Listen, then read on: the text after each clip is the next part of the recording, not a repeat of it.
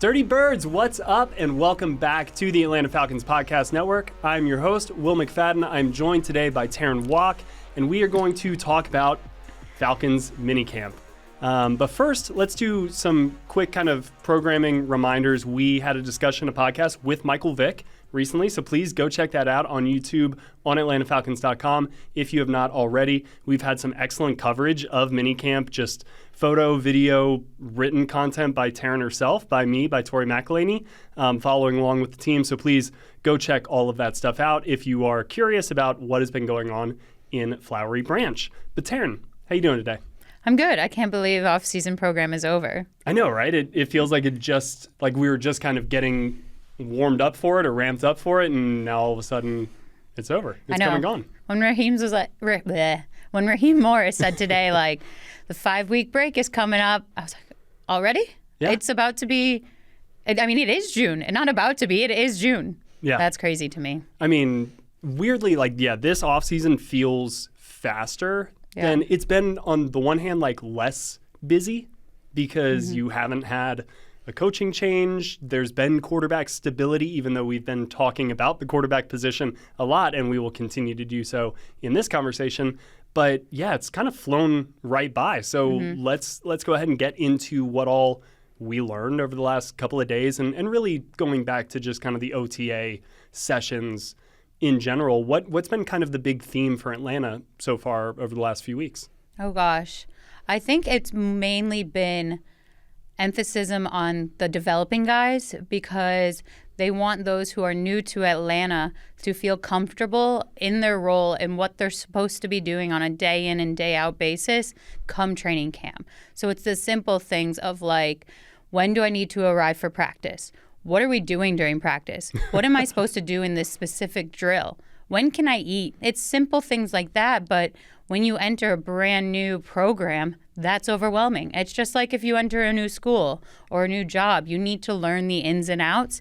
And now is the time to do that, as opposed to training camp where it's like, all right, we got to buckle in. It's time to go. Yeah, I think that's a great analogy, and it's one that I was prepared to make myself, is school. Ah, gotcha. Yeah, you beat me to it. I love that. But when you kind of are going through that the first week at a new school or a new job, yeah, you kind of need somebody, latch on to somebody like one of those fish on a shark, where you're like, hey, where's the cafeteria? Hey, oh, is that meeting right now? Oh, okay, I hadn't accepted it yet, so it didn't pop up on my reminder. Those little things, because when training camp kicks off here at the end of July, everything is full go until the end of the season. So when you're in a drill, the minutes, the precious seconds that these players and coaches have out there on the field, they matter. So you can't be falling behind. You can't be screwing up. You can't really be.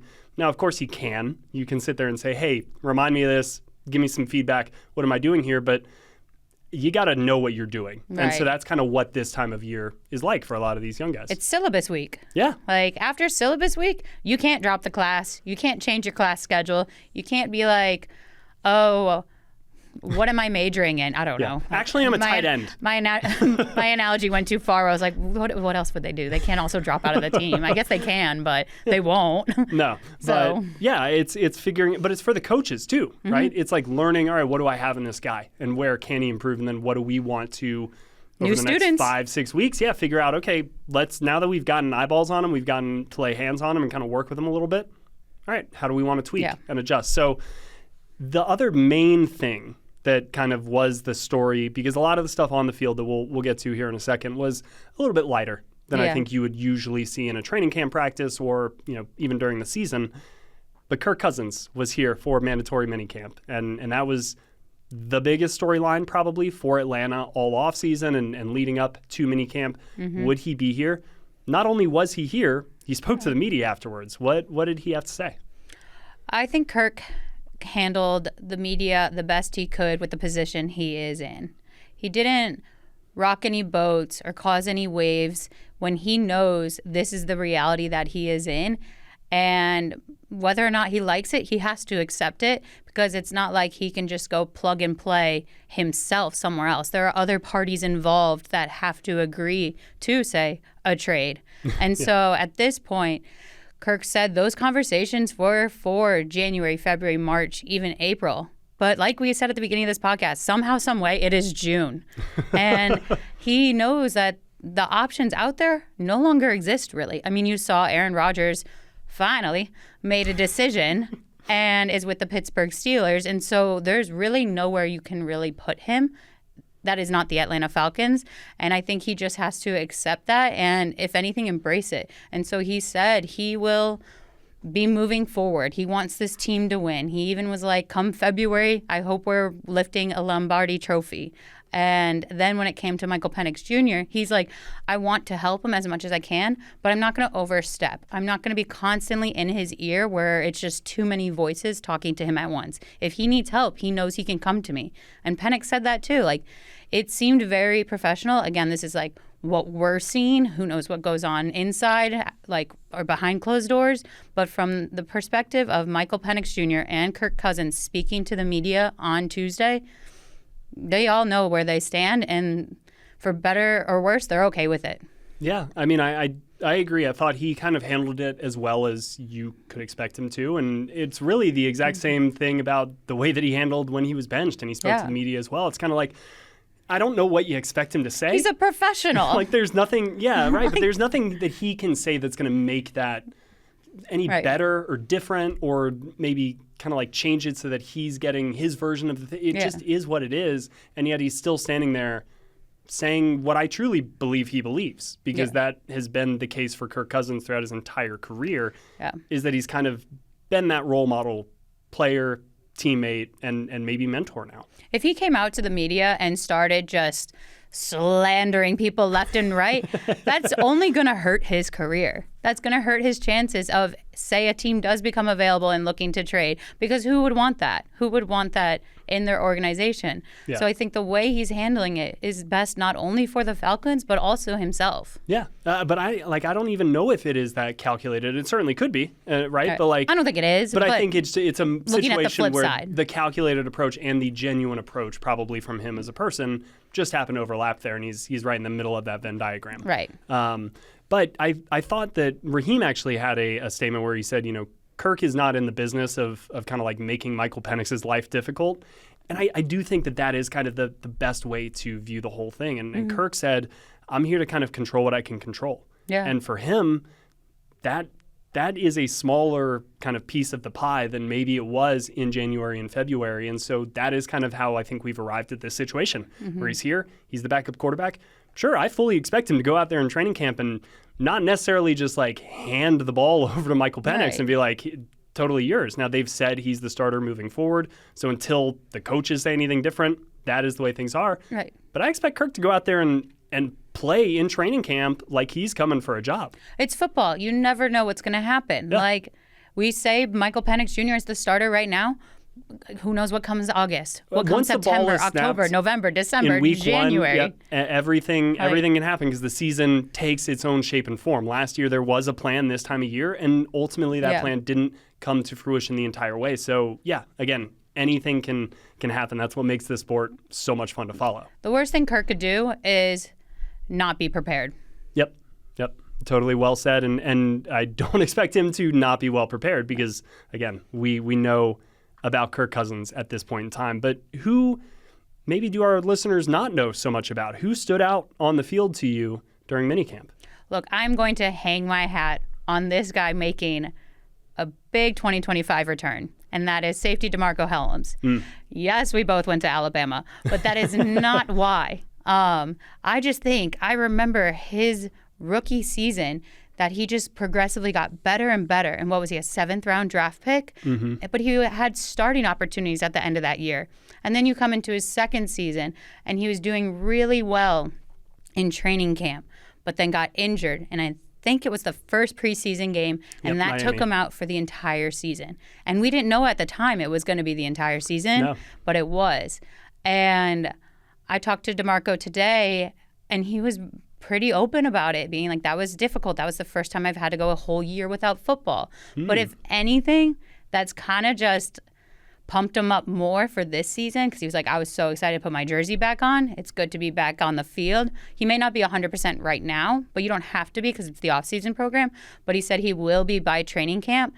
And I think, just to reiterate that it's not just me excited about him too, Jesse Bates was over with the media today too, and he's like, honestly, DeMarco is the aggressor in the safety room. He is the one who's like, I want to hit somebody all the time. He's like bouncing off the walls to do it right now, essentially. And they nicknamed him Bam Bam. Love it. And I was like, Jesse, does he like that nickname? He goes, no, it makes him more angry, but that makes it even better. Yeah, if there's one person you want angry on the defense, it's a guy named Bam Bam, right? I want to know, is there a Pebbles? Like, who is Pebbles on the defense? We're not going to get into naming all of them. You and I tried making up nicknames for different positions earlier. Don't give great content away. Don't do it. No, I don't know. That's amazing content. We're not giving that away, Terrin. Right, Everybody's just going to have to. We're not going to name everyone else off after Flintstones characters. We'll leave. Not yet. It is Flintstones, right? Not yet. Everybody stay tuned. Yeah, Flintstones. Okay. We got it. Not the Jetsons. I really want to make sure I got that reference. Not ahead in time. No, I think that's a great pick because DeMarco Hellams is, like, people forget, Justin Simmons was not on the roster because DeMarco Hellams was a player I think they envisioned taking that next step. Now, who knows, maybe they still make the Simmons signing if Hellams is like, that's all in the past and it's hypothetical and everything changes based on... Well, you have Jordan Fuller now too. Right. So it's not just automatically... Yeah, so like, is that... The safety group is crowded. There are a few different groups here, like inside linebacker, kind of a similar deal. Nickel corner, kind of a similar deal. Like there are some groups where there is suddenly, some depth. So like, I guess as we wrap up this conversation and you guys can stick around for the second part of this episode where I'll be joined by Tori McElhaney and we're going to kind of preview training camp. But Terrin, the last kind of question for you is like, is that safety group kind of the number one position you're looking forward to seeing in training camp? And are there maybe some others that have kind of caught your eye? I would have to say safety is number one just because of this investment in a single player. Like, curious how he's going to bounce back from his injury in year 3. But at the same time, I think it's just the defense as a whole, because so many efforts have been put in this offseason to bolster that unit in depth and in talent, that I'm curious what that starting lineup is going to look like in general, because there are so many options, not just at safety, but at, as you said, inside linebacker, outside linebacker, defensive line, even corner. Like, there are so many different ways this defense could go, and I think it's going to be a very competitive training camp for that reason. I had a piece on Divine Diablo, another new addition to the defense, go up Wednesday afternoon after their second minicamp practice. And the analogy that I made in the piece was basically that the defense has been undergoing a renovation. It's not a total overhaul. There's still foundational pieces and pillars holding up the structure, like Jesse Bates and AJ Terrell. But you do have some new key faces, whether they be the draft picks and all of those players we expect to be inserted into the defense, Leonard Floyd or a Divine Diablo in the middle. So like, there are familiar faces returning that is going to mean a lot, but there are also some really important new pieces and new faces to this defense, one of them being the defensive coordinator and Jeff Ulbrich. I mean, so I think you're spot on in identifying the defense as a whole really it's kind of the side of the ball to watch. After last year, it felt like the offense was kind of that side of the ball. No, I completely agree. Awesome. I'm excited for training, though I'm okay that we're having a slight break. I'm excited for training camp. It's okay to feel you can contain multitudes. You can be excited. I'm allowed to have more than one emotion. It's weird. But I'm really excited for training camp, mainly because mandatory minicamp was just so low key. Yeah. Again, I wish we were talking more about football here for you guys, but like, there wasn't a ton to write home about on the field. Jalen Walker looked good. Billy Bowman has some Lamar nice Jackson had an interception on Wednesday. There you go. We got Lamar out here making plays. Yeah. Look at that. The wide receivers were throwing footballs. They were, yep. Drake looking like a solid lefty out there. Knocked over one of the... no one made it in the trash can, but he knocked over the trash can. So it basically counts. We got to wrap this up for the Sorry, sake of time. That was the exciting part about practice. That's not on you at all. I just, as the host, I'm realizing, all right, we're talking about football, throwing in trash cans. We probably will. Red light going on. Speed up the clock in the pocket. Shut up, Terrin. I got it. No, it's perfect. Let's go ahead and get to my conversation now with Tori, and we will preview training camp. Tori, hello. How are you? Thank you for joining me. Yeah, switched out with Terrin Waack. We don't really look similar, so no one should be confused. We don't really sound similar either. So even shorter if you're listening, hair, darker hair. Right, yeah. A bit more of a southern accent. A little bit of a darker complexion. Yeah. Okay. Well, you could do a horrible Terrin impression. You got that on. I don't think I could do a Terrin impression. It would probably just be something sarcastic, tagging on the end something about NASCAR. would probably be my go-to if I had to guess. That's probably pretty good. She loves Pitbull. I could probably do a good like Pitbull. Dale? Yeah. Yep. I could probably do that, and she would. You baited me into saying that. I did. Which I don't feel good about. No. I got to be better about that next time.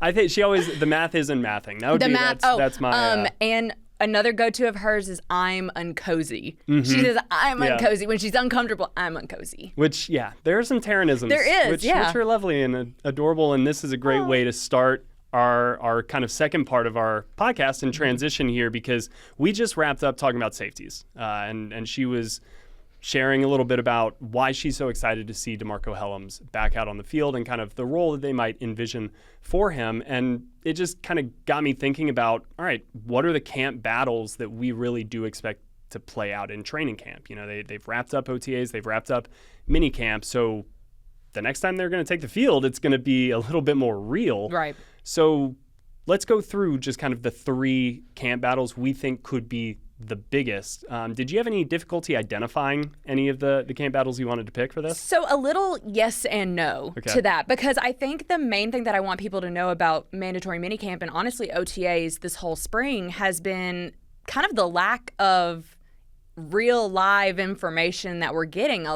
Mandatory minicamp, the 2 days that we were able to see were these glorified walkthroughs. And there wasn't really a lot going on. There wasn't really a lot to report on. Like a lot of individual drills. A lot of individual stuff. Like a lot of guys just kind of like we didn't even see 11-on-11 teamwork with the 1s or the 2s. Like we're talking about some of, as Raheem Morris said, the young guys getting out there and running some things around. And that was pretty much it. There wasn't a lot to go off of. And so I think because of that, I could sit here and say like, yeah, it made it difficult to pinpoint different, training camp battles that there could potentially be come July and August. Yeah. But I actually think I had the opposite reaction a little bit. And I know we differ on this a little bit because knowing what you know about particularly the 4 defensive draft picks that came in, you know that the plan is, the goal is, and Raheem Morris has said it, Terry Fontenot has said it, is that they're going to play and play early. Yep. And you are talking about them potentially being starters across all levels of the defense. Yeah, there's clear kind of areas where you could pencil them in if Right. that is how the Falcons envision them early on. Exactly. So when we're talking about like the top 3, I guess, camp battles that there could realistically be, we're talking about where these rookies are actually could slot in. So we're talking about Xavier Watts at safety. We're talking about Billy Bowman Jr. at nickel. We're talking about James Pierce Jr. and Jalen Walker coming off the edge. Those are the 3 that we're going to talk about here today. And to me, it's because we're trying to pinpoint where these rookies are going to be and how quickly they can get there.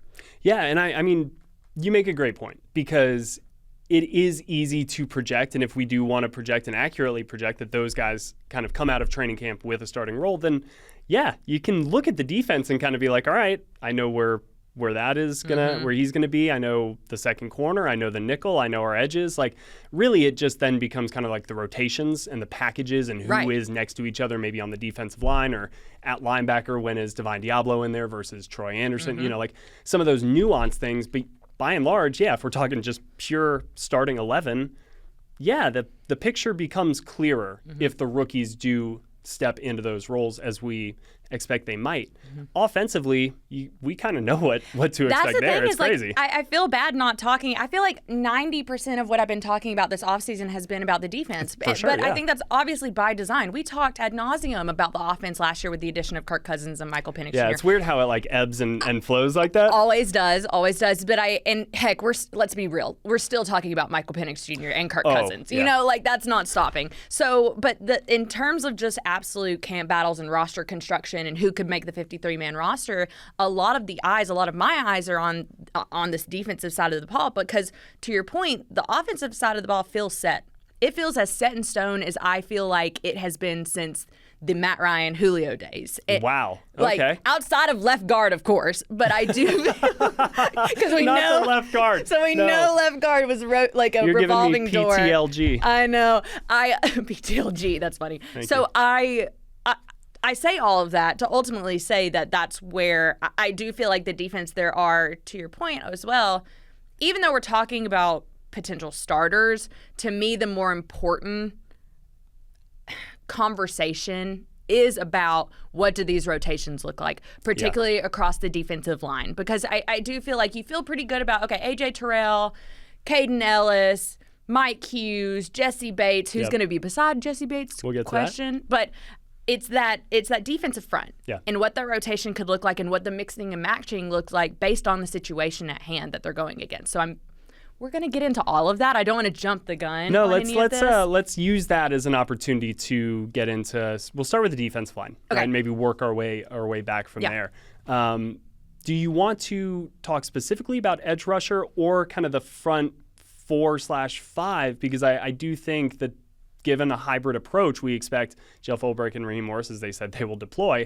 There's going to be some variation to probably what a starting group looks like week to week. Do you want to maybe say, here's our thoughts for a 3-4, and here's which would be a 5-man front with your two outsides, and here's kind of a 4-3? Yeah, I think let's do that, because I think for me, it's a big part of this is that I always tell people, like, it doesn't freaking matter unless it's the starting quarterback. It doesn't freaking matter who's starting. Like, true. And maybe your offensive line. Like, again, offensively, it's a little bit different because there's not a rotation per se. You have your guys, your go-to guys. Defensively, it's about who has the highest snap count. Like that. I don't care who you run out there for the first play, because for me, I remember one time it was like.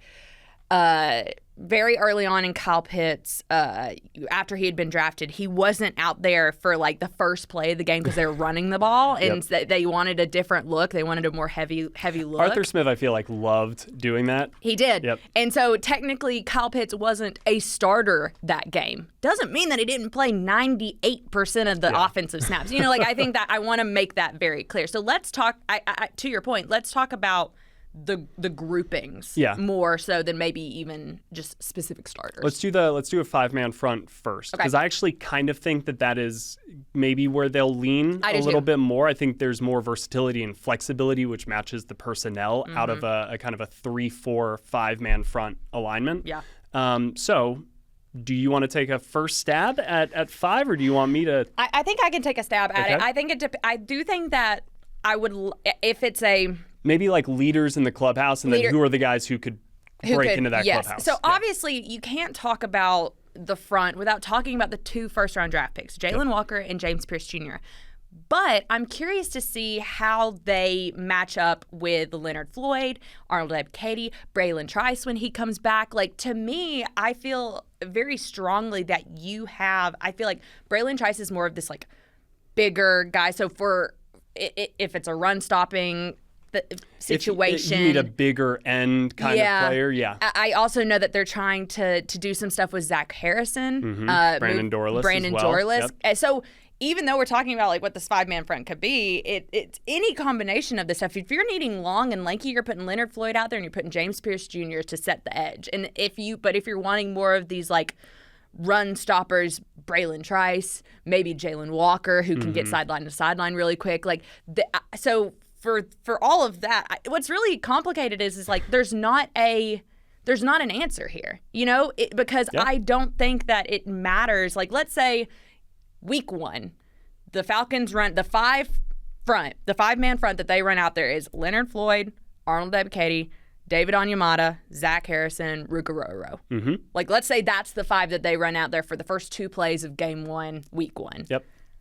That doesn't mean that 2 plays later it's not going to be Zach Harrison, James Pierce Jr., Jalen Walker, you have Caden Ellis coming up in between, you know, David Onyemata and Ruka Roro. Like, there are so many variables to this front and the attack style that they want to be.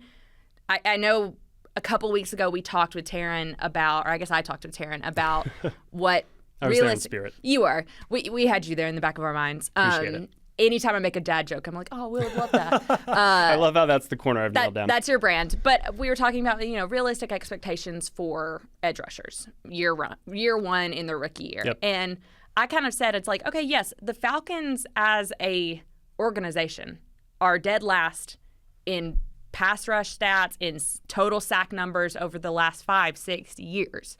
To break into even the middle quartile of sacks and pressures across the league, I think it's going to be everyone. It's not like we're just sitting here being like, James Pierce Jr. is going to get 10 sacks and it's going to fundamentally change what the Falcons are doing pass rush-wise. It's, okay, maybe he gets 3. Maybe Jalen Walker gets 3. Maybe Caden Ellis gets 5. Maybe Arnold Ebiketie gets 6. You know, like I think if you have these waves, I'll take that. And to me, it doesn't matter who's starting. It's just as long as they're getting after the quarterback.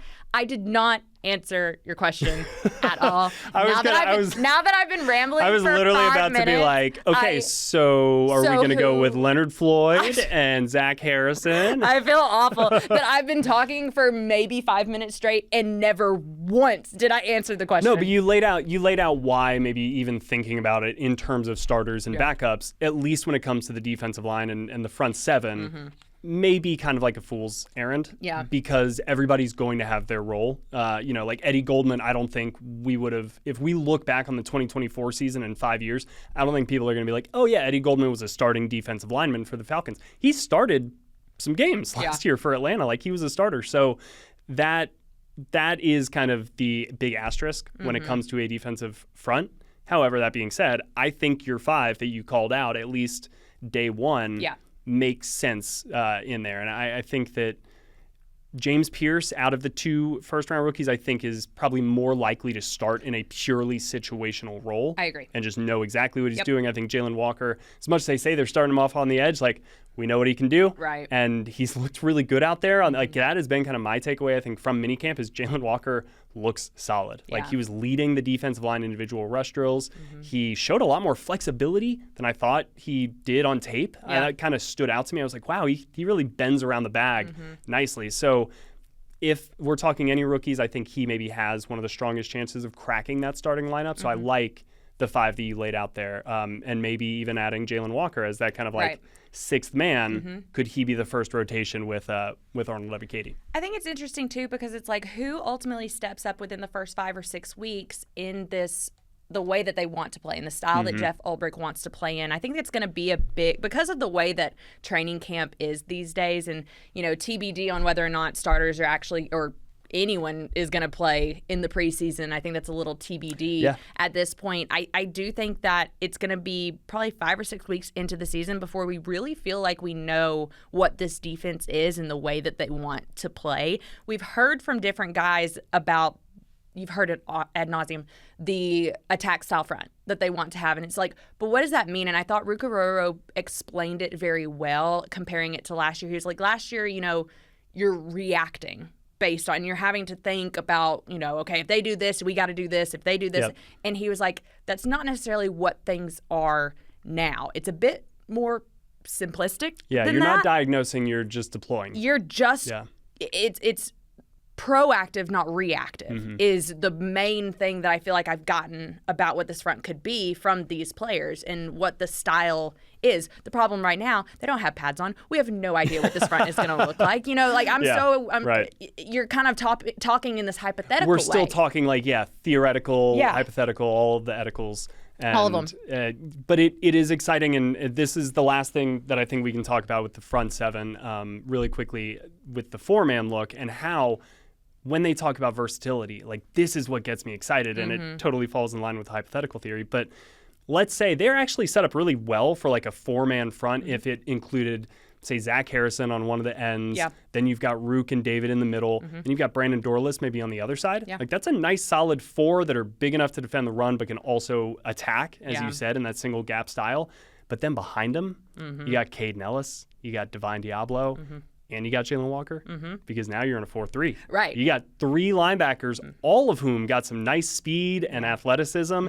You walk Jalen Walker, you can really quickly bump somebody down and turn that into a 5-2 look. Sure. Like there is so much flexibility with all of these guys. So again, it's probably a little bit of a moot point to be looking at them as starters and backups. I mean, and like drop Divine Diablo back. Like, there's former safety. They have like 15 safeties on this roster. So you want to just talk about the safeties? That's our next camp battle. Yeah, let's do it. Let's talk about safeties. I think the big part of this is where DeMarco Helms fits into this now that he's coming back from injury. I know you and Terrin talked a lot about that.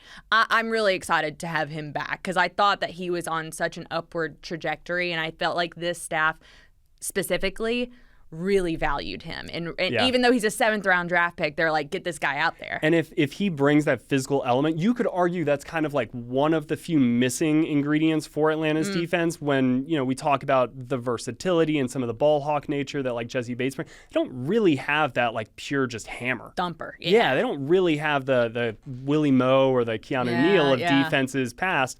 If DeMarco Hellams turns into that, I wouldn't be mad at it. That would be a W for this front office. That's for sure a big draft win. But I also think that obviously you go and you get Xavier Watts, and you go and get Xavier Watts for a reason. And I know that it's a bit of a mixed bag again because we haven't necessarily seen him truly alongside Jesse Bates in the traditional sense. They're not going at 110%. We're not really seeing 11 on 11. He was mostly actually kind of like working on some individual things off to the side, not in like an injury sense or anything, just getting some like pure skill technical stuff done. And that was something that even Raheem Morris on Wednesday, he was talking about James Pierce Jr. because he also was one of those guys that was having some like one-on-one technique stuff. He was talking a lot with Jerry Gray and Leonard Floyd on Tuesday out there, just like during special teams when everybody else was working. He was just locked in a conversation. I was like, hey, that's great. Like, get in his ear. Jerry Gray brought up Javon Curse when talking about like who in the league is talking about Javon Curse 1999 draft Jerry pick. Gray is. Jerry Gray is. So like tell him stories. Talk his ear off. Yeah. So it's interesting because I think because of the nature of we haven't really seen as much, I'm still penciling in Xavier Watts to be a guy who slots in alongside Jesse Bates. The issue is like how quickly can he get there? True, because I could totally see a world where, yes, Xavier Watts is a starter for like 12 or 13 games this season.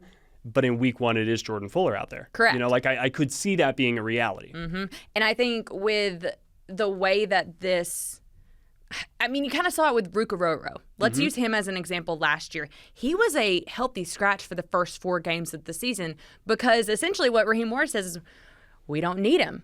Right. And like we have a lot of depth. We have Grady Jarrett out there, David Onyemata. Everybody's good. Everybody's healthy. And so why rush him out there when we put him out there? He'll know exactly what to do, and we'll have seen it for 4 weeks on the practice field at a high level. Yeah, it's like they'll know. Yeah. So it almost makes me wonder if someone like an Xavier Watts could follow a similar, not saying that he'll be a healthy scratch and like we won't see him. I don't think that at all. But to your point about Jordan Fuller being the vet guy in there, being somebody who has a lot of experience under his belt, who's played in some different systems, like that could be the easy, safe option early, but it's ultimately about where Xavier Watts gets to by week 7, week 8. Yeah, but I think by and large, like the safety group is going to be a little bit like the defensive line too, where you can mix and match based on some matchups. All right, they're playing more physical.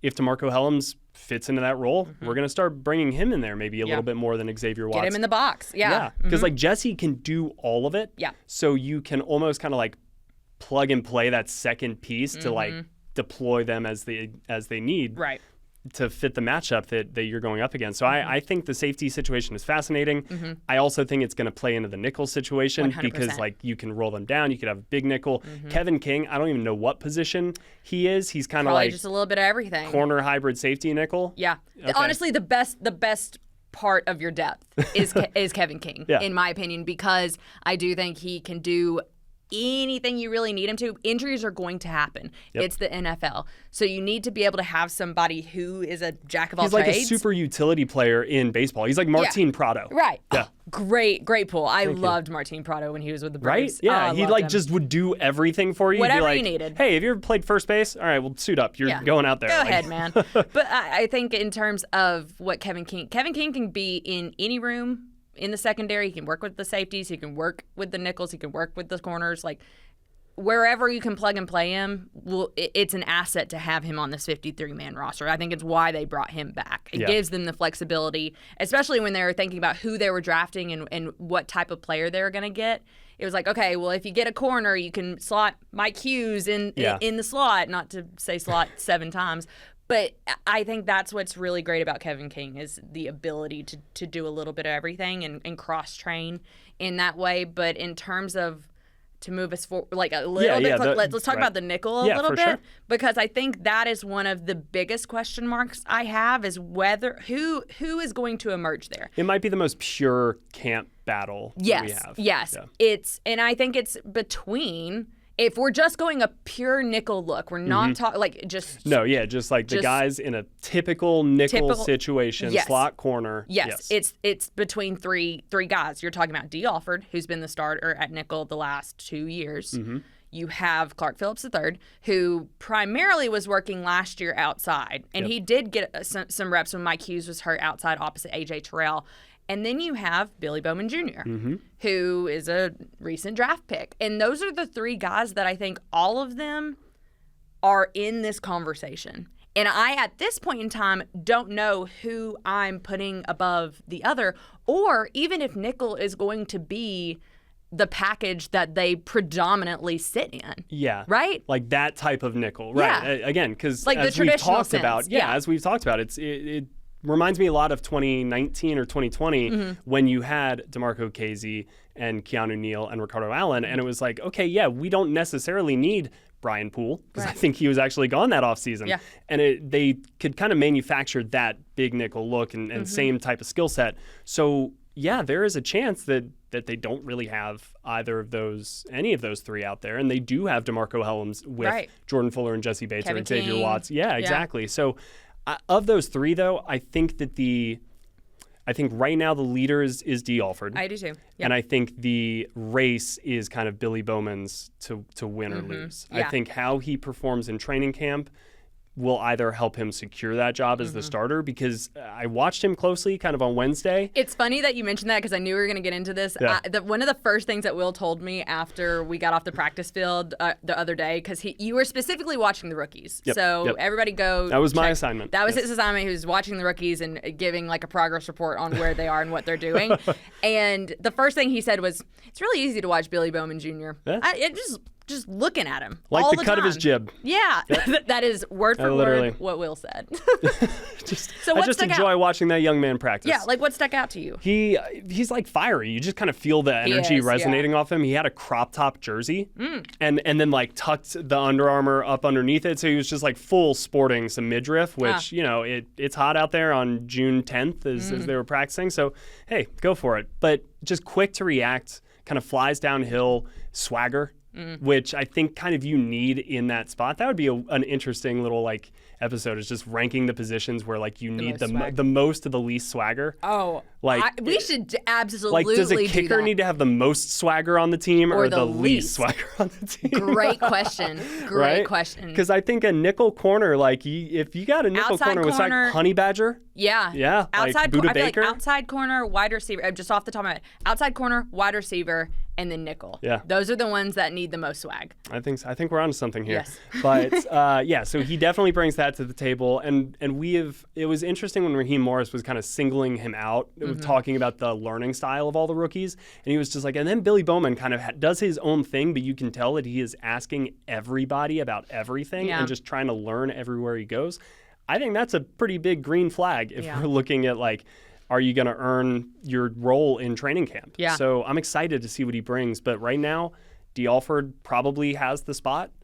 Can Billy Bowman, knock him out of that? Or even Clark Phillips, as he continues to advance in his career. He was our camp champ last year. I was just about to say, Clark Phillips is, for the last 2 years or 3 years, however long he's been here now, he always pops in training camp. Yeah. Always. You want to talk about speed? I underestimated how fast he actually is. Yeah, and his vertical, he's going up against Drake London, and Drake has, a bunch of inches on him. So I oftentimes, he just has this flashiness to him that I don't think many people have seen in season. But I feel like I see it all the time in training camp, and I'm kind of like, where's the disconnect? Like, why can't we see this flashiness in the season? And so it's kind of a toss-up. That's why I think this, to your point, is the truest and most pure camp battle that we're going to see going into July, August, and into the preseason. Man, I can't wait. It's almost here. We're going to keep an eye on all of these, so don't worry, even though we we say nickel might be the most pure camp battle, we're still going to be watching closely to the third running back position and see, is it going to be Jace McClellan or Carlos Washington? I have my thoughts, but we've got plenty of time to cover those. Not on today's episode. Before we wrap up, though, it is Father's Day this weekend, so happy Father's Day to all the dads out there. Will's a father. I am a father, yes. Thank you, Liam, for making me a daddy. But you grew up as the daughter of a football coach, so I just thought it would be a fun way to close this out to see if you have any memorable Father's Day moments that you had with your dad. So, oh gosh, there are so many, but I think just recently, my dad and also, so I'm the oldest of three girls, and so we used to joke when I was younger that Dad, because he was around football players so much, he had too much testosterone at work, and so he'd come home and he could only handle estrogen. That was the whole thing. Is we would joke, he's the best girl dad. I can't say enough great things about him. But something special that's happened in the last month is my little sister, who is 18. She's a big golfer. She won a state championship back in May. Dang, and congrats. My dad, it was her coach. He was her golf coach, and he actually, when she won, when they won that golf state championship, my dad had actually done something that I don't know very many people who have done this, but he won a state championship coaching all three of his daughters. So he coached. What? Yes. That's so cool. Yeah. So he What coached did you win? softball. I'm a 4-time softball state champion in the state of Georgia. Let's go. Yeah. Oh my God. I thought you knew that. I mean, maybe, but that's incredible. Yeah. That blows my mind. Yeah. I didn't realize I was sitting here with softball royalty. No, so my dad coached me my junior and senior year. We won both of those years. And then he coached my middle sister, Katherine Grace, for 4 years. They won, I think, 3 state championships together. And then Your dad's like the Bill Walsh of just Georgia high school. No, for real. And then when Charlesy, my little sister, when she started to pick up golf in middle school, he would go golfing with her, and he decided to help with the high school and the girls team there, and then they won a state championship this past May. So look out, LeVar Ball. I don't know if that's the comparison we want to make, but hey, so it's I say all of that to say that he's had these moments.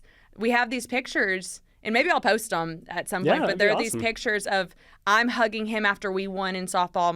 Katherine Grace is hugging him after we won in softball, and then Charlesy was hugging him after she won. God, that's got to be so golf. cool for him. So he has won at least one state championship with all 3 of his daughters. That's such an awesome memory, and that would make me so proud, one day if I'm ever lucky for Liam to win one blue ribbon in a swim meet. And you're yeah. You guys did it at the highest level. That's so cool. Yeah, so to share that with him and to kind of see this full circle moment of all 3 of us have had that. It's I don't know anybody else who has that story. So that to me is the epitome of girl dad energy, happy Father's Day to my dad and all of the state championships that we were able to bring him. That's awesome. Thank you for sharing that story. Yeah, happy Father's Day to your dad. Happy Father's Day to all the dads out there. I think we've gone on for long enough today, Probably. So we will end it there. For Tori McElhaney, I am Will McFadden. Thank you guys so much for listening and watching, and we will see you soon.